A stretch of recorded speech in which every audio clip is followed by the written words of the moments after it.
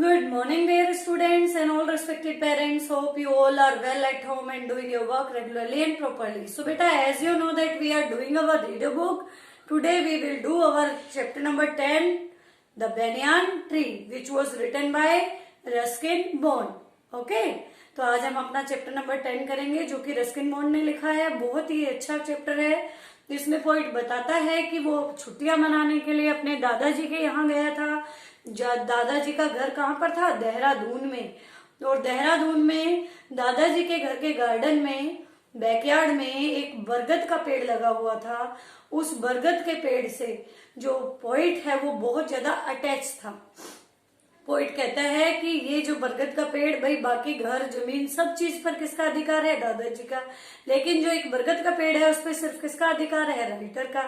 क्यों? क्योंकि अब उसके जो दादाजी हैं वो लगभग 65 साल के हो चुके हैं और वो पेड़ पे नहीं चढ़ सकते हैं। तो इसलिए उस पर कौन एंजॉय करता है? राइटर एंजॉय करता है। और राइटर कहता है कि जब मैं अपने दादाजी के यहाँ जाता हूँ तो मेरी सबसे फेवरेट जगह होती है वो बैनियान ट्री, जो कि बहुत ही पुराना है, जिसकी लंबी लंबी शाखाएं हैं जो कि बिल्कुल जमीन से टच हो रही है। वो वहां से दोबारा से उगनी शुरू हो गई है, यानी इतना पुराना है। जो हमारा राइटर है वो मानता है कि ये जो बैनियान ट्री है वो तो देहरादून और राइटर के दादाजी से भी पुराना है। क्यों?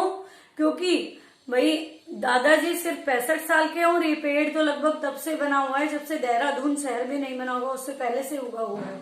तो राइटर बताता है कि जो बरगद का पेड़ है बहुत ही अच्छा है, उसके बड़े बड़े पत्ते हैं और जब बसंत ऋतु आती है तो स्प्रिंग सीजन में तो वो सबसे नॉइसेस्ट प्लेस हो जाता है घर का। वहां पर रंग बिरंगे पक्षी आते हैं और पूरा दिन पेड़ पर फुदकते हैं और वहां पर उस पेड़ पर रेड कलर के बहुत ही सुंदर फल आए होते हैं जिनको वो फुदक फुदक कर खाते हैं। उस पे गिलहरियां रहती हैं, स्नेल्स होते हैं, बहुत सारे तरह के पक्षी रहते हैं उस पेड़ पर। तो शोर शराबे वाली जगह बना रहता है स्प्रिंग सीजन में। तो जब हमारा राइटर वहां जाता है तो वो बताता है कि उसकी जो सबसे पहली फ्रेंड थी वो एक छोटी सी ग्रे कलर की स्क्वेरल थी। क्या था? पेड़ पर एक स्क्वेरल रहती थी। जैसे ही राइटर गया तो उसको लगा कि भाई इसने तो आकर मुझे क्या कर दिया है? डिस्टर्ब कर दिया है, मैं तो यहाँ अकेली रहती थी। तो फर्स्ट तो उसने ऑब्जेक्शन किया, चींची की आवाज करके इधर से उधर दौड़ी। लेकिन जब उसने पाया कि राइटर के पास ना ही तो गुलेल है ना ही और कोई भी भाई ऐसा यंत्र है जिससे वो उसको हानि पहुंचा सकता है, तो वह धीरे से एक फ्रेंडली वे में राइटर के पास आई। और जो हमारे राइटर हैं रस्किन बॉन्ड, उन्होंने चुपके से अपनी पॉकेट से बिस्किट निकाले और वो गिलहरी को खिलाने शुरू किए। तो पहले तो वो थोड़ी सी हिचकिचाई, लेकिन बाद में धीरे धीरे जब रोजाना ही रूटीन में होता था तो वो गिलहरी हमारे राइटर के साथ बहुत फ्रेंडली हो गई और अब तो वो राइटर के हाथ से आकर बिस्किट खाती थी नहीं, वो तो क्या करती थी? राइटर की पॉकेट में घुस जाती थी खुद ही सामान खोजने के लिए कि कहाँ पर क्या रखा है। और राइटर को लगता है कि उस गिलहरी की फैमिली और दूसरे मेंबर जो हैं शायद इसको मूर्ख कहते होंगे कि कैसे ये एक इंसान पे भरोसा कर रही है। तो एक दोपहर की बात हमारे राइटर बता रहे हैं कि एक दोपहर को जब मैं बरगद के पेड़ पर बैठा हुआ था, उस जो हमारा राइटर है उन्होंने बरगद के पेड़ पर अपना एक टेम्परेरी प्लेटफॉर्म सा बना लिया था।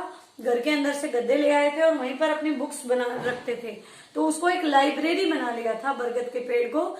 जब कम गर्मी होती थी तो वो क्या करते थे? अब अपनी दोपहर के बाद वाला समय सारा वहां पर पेड़ के ऊपर बैठते, अच्छे अच्छे स्टोरियों की पढ़ते थे वहां पर। और जब वो पढ़ाते पढ़ते बोर हो जाते थे तो वो क्या करते थे?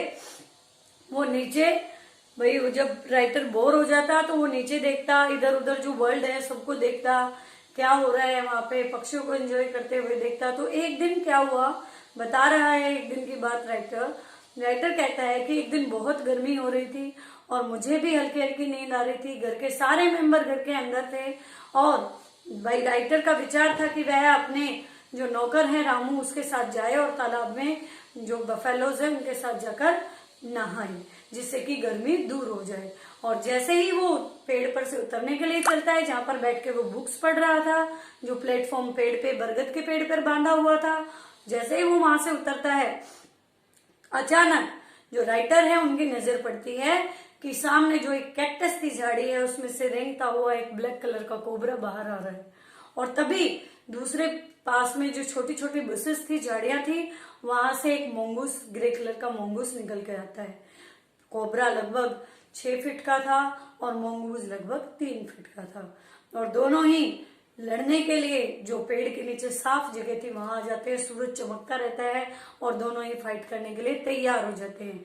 जो स्नेक है वो अपनी जो फॉग जैसी जो जीभ है उसको बाहर निकालता है और अपने आप को ऊंचा जमीन से कोई कुंडली मारकर बैठ जाता है और यहाँ पर फाइट के लिए रेडी हो लेता है। और कोबरा जो है वो जानता है कि जो मंगूज है वो एक बहुत ही एक्टिव और एक गुड फाइटर है, लेकिन कोबरा भी एक एक्सपीरियंस फाइटर होता है। ठीक है, तो उन दोनों को अपनी अपनी ताकत का और अपनी अपनी क्वालिटीज का पता होता है।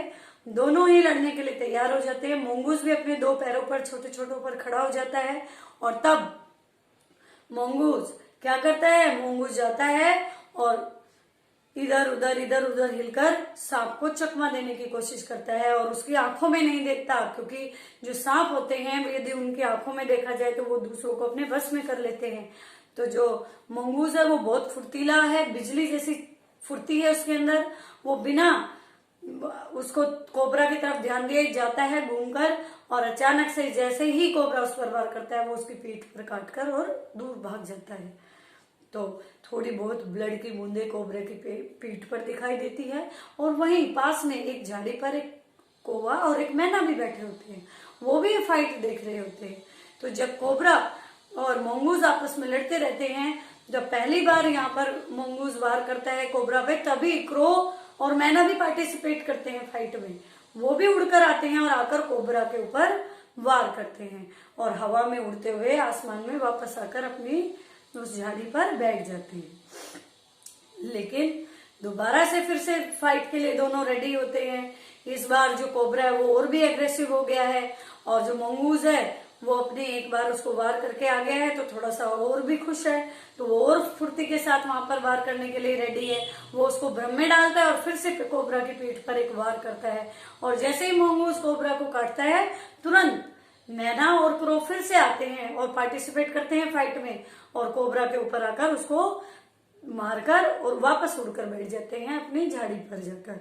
और इस तरीके से 2 राउंड हो जाते हैं, और तीसरे राउंड में जैसे ही मंगू वार करता है तभी तुरंत जो मैना और क्रो जो उड़कर आते हैं उनमें से क्रो वापस उड़ने में सक्सेसफुल नहीं हो पाता, और कोबरा उसको घूमकर डस लेता है। और तभी राइटर देखता है कि जो कोबरा है उसने कौवे को डस लिया है, और कौवा उड़ता हुआ दूर जाकर, काफी दूर जाकर गिरता है और वहां फड़फड़ाता है कुछ देर और फिर मर जाता है।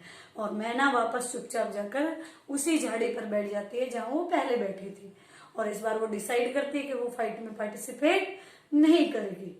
तो जो मंगूज है वो फिर से एक बार कोबरा पे वार करता है। अब वो थोड़ा सा कोबरा जो है वो थक चुका है और अब उसमें लड़ने की इतनी शक्ति नहीं होती है, तो जो मंगूज है उस पर बहुत टाइट ग्रिप डालता है, और जो कोबरा है वो मंगूज के चारों तरफ लिपट जाता है। बेटा जब मंगूज स्नेक पर अच्छे से वार कर देता है, उसको बहुत टाइटली उसको पकड़ कर रखता है, तो तब कोबरा की पकड़ अपने आप ढीली होनी शुरू हो जाती है, और वो जब जमीन पर पड़ा हुआ तड़प रहा होता है तब मंगूज उसको फन से पकड़कर टाइटली और खींचकर झाड़ियों में ले जाता है।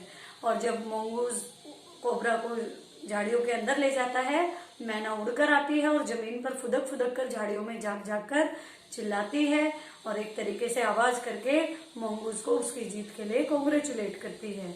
और इस तरीके से जो पुरानी एक नेवले और सांप की लड़ाई वाली जो कहावत थी या जो खेल था, वो खेल आज जो राइटर है उसने अपनी आंखों से अपने गार्डन में अपने बेनियन ट्री के नीचे देखा। तो ये हमारी कहानी थी। होप आप सभी बच्चों को ये चैप्टर की जो एक्सप्लेनेशन है समझ में आ गई होगी। सभी बच्चे घर पर इसको रीड करेंगे और समझेंगे। ओके बेटा, थैंक यू।